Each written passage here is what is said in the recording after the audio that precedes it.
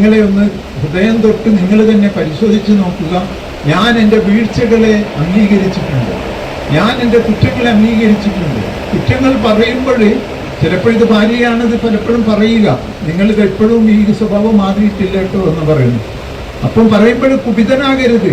നിങ്ങൾ ഒരു സെൽഫ് അനാലിസിസിന് തയ്യാറാണെങ്കിൽ, ഞാൻ എൻ്റെ ജോലിയിൽ മാറ്റത്തിന് തയ്യാറാണെങ്കിൽ, ഞാൻ എൻ്റെ പെരുമാറ്റത്തിൽ മാറ്റത്തിന് തയ്യാറാണെങ്കിൽ, ഞാൻ മറ്റുള്ളവർ എന്നെക്കുറിച്ച് പറയുന്ന അഭിപ്രായത്തെ സാഹൂതം കേൾക്കേണ്ടതുണ്ട്.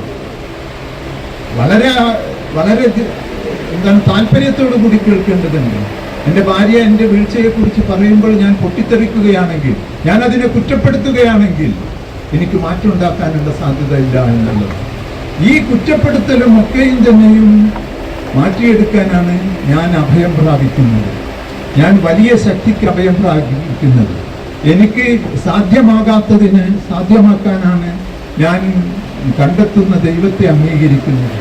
ദൈവത്തിലെങ്കിലേക്ക് ഞാൻ കണ്ടെത്തുന്ന ദൈവത്തിങ്കിലേക്ക്, ഞാൻ കണ്ടെത്തുന്ന ആശയങ്ങളിലേക്ക്, ഞാൻ കണ്ടെത്തുന്ന മൂല്യവ്യവസ്ഥിതിയിലേക്ക് ഞാൻ എന്നെ വിട്ടുകൊടുക്കുന്നു.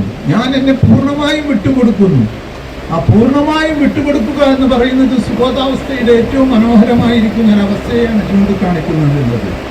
തിരുത്താനുള്ള സന്നദ്ധതയും പുറത്തേക്ക് വരുന്നു. ഞാൻ സമ്മതിക്കുന്നില്ല എന്നുള്ളത് തിരുത്താനുള്ള സന്നദ്ധത കാണിക്കാതിരിക്കുന്നതിന് കാരണമായി തീരാറുണ്ട്. സംഘർഷരഹിതമായ ഒരു മനസ്സ് നമുക്ക് പ്രധാനമാണ്. സംഘർഷം എന്ന് പറയുന്നത് ആന്തരിക സംഘർഷം, മനസ്സിൻ്റെ ഉള്ളിലുണ്ടാകുന്ന വിങ്ങൽ, പൊട്ടൽ, പൊട്ടിത്തെറി തുടങ്ങിയിട്ടുള്ളവ ഒരു ആൽക്കഹോളിക്കിനെ സംബന്ധിച്ചിടത്തോളം വലിയ സൗഭാഗ്യമാണ് അതുണ്ടെങ്കിൽ. പക്ഷെ അത് പുറത്തു നിന്നുണ്ടാകുന്നതല്ല, അകത്തു നിന്ന് ഉണ്ടാക്കിയെടുക്കുന്നതാണ്. അത് ഞാൻ എന്നെ തന്നെ സസൂക്ഷ്മം വീക്ഷിച്ചുകൊണ്ട് ഉണ്ടാക്കിയെടുക്കുന്ന ഒന്നാണുള്ളത്. ഞാൻ മാറ്റത്തിന് തയ്യാറാണോ എന്നുള്ളത്. അതാണ് എനിക്ക് ശുഭാപ്തി വിശ്വാസം ഉണ്ടാക്കി തരുന്നത്. എന്ത് വിചാരിക്കുമ്പോഴും എന്ത് പറയുമ്പോഴും നടക്കൂല, അത് നടക്കൂല, അത് ശരിയാവില്ല എന്ന് പറയുന്ന ആള് അശുഭാപ്തി വിശ്വാസിയാണ്, പെസിമിസ്റ്റാണ്. ഓപ്റ്റിമിസ്റ്റ് ആകണം. ഞാൻ ഇതുവരെ ചെയ്തതിൽ പരാജയപ്പെട്ടു, പക്ഷെ എനിക്ക് പ്രതീക്ഷ നഷ്ടപ്പെട്ടിട്ടില്ല. ഞാൻ ശ്രമിക്കും, ഞാൻ ഇന്ന് ശ്രമിക്കും എന്ന് പറയുന്നത് സുബോധാവസ്ഥയുടെ ഒരു ആദ്യത്തെ ഘട്ടം മനോഹരമായി തരണം ചെയ്യുന്ന ആളിൽ നിന്നാണ് ഇത് ഉണ്ടാകുന്നതെന്ന് അർത്ഥമുള്ളത്. പരാജയത്തിൽ അവർ തളരുകയില്ല, പരാജയത്തിൽ തളരാത്ത മനസ്സിനെ ഉണ്ടാക്കി തീർക്കുന്നു എന്നുള്ളത്. ഞാൻ വീട്ടുകാരിയെ നോക്കുന്നുണ്ട്, കുട്ടികളെ നോക്കുന്നുണ്ട്, പക്ഷെ ഞാൻ ഇടയ്ക്ക് കുടിച്ചാൽ നിനക്ക് എന്താണ്, ഞാൻ കുടിക്കുന്നതും വീട്ടിനകത്തിരുന്നല്ലേ, കുടിക്കുന്നത് പുറത്തു നിന്നല്ലല്ലോ എന്നൊക്കെയുള്ള ന്യായവാദങ്ങൾ നടത്തുന്ന ആൾ എല്ലാം തകരുവാൻ ഏതാനും നിമിഷങ്ങളെ നിങ്ങളുടെ കാൽക്കീഴിലുള്ളൂ. ഇനി അതുകൂടെ കുത്തിയൊലിച്ചിട്ടുണ്ടെങ്കിൽ നിങ്ങൾ പൂർണ്ണമായ പതനത്തിലെത്തിച്ചേരും എന്നുള്ളത്, അല്ലെങ്കിൽ അതാണ് അടുത്ത സാധ്യത എന്നുള്ളത് മനസ്സിലാക്കേണ്ടതുണ്ട്.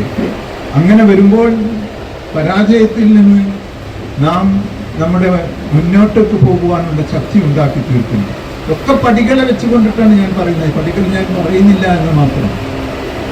പരാജയത്തിൽ തളരാത്ത മനസ്സ് ഒരു മെമ്പറെ സംബന്ധിച്ചിടത്തോളം വളരെ അനിവാര്യമാണ്. വീണ്ടും ശ്രമങ്ങൾ നടത്തുമ്പോൾ അനുകൂലമായിരിക്കുന്ന ഘടകങ്ങൾ കണ്ടെത്തുകയും തൻ്റെ കഴിവുകളെ കണ്ടെത്തുകയും ആ കഴിവുകൾ പ്രയോഗിക്കുകയും കഴിവില്ലായ്മ ഇല്ലാതാക്കി തീർക്കാൻ, കഴിവില്ലായ്മയ്ക്ക് മാറ്റങ്ങൾ വരുത്താൻ ശ്രമിക്കുകയും ചെയ്യുമ്പോൾ അത്ഭുതകരമായ തരത്തിൽ സുബോധാവസ്ഥ പടികയറി ആഹ്ലാദത്തിലേക്ക് പോകുന്നു എന്നുള്ളതാണ്.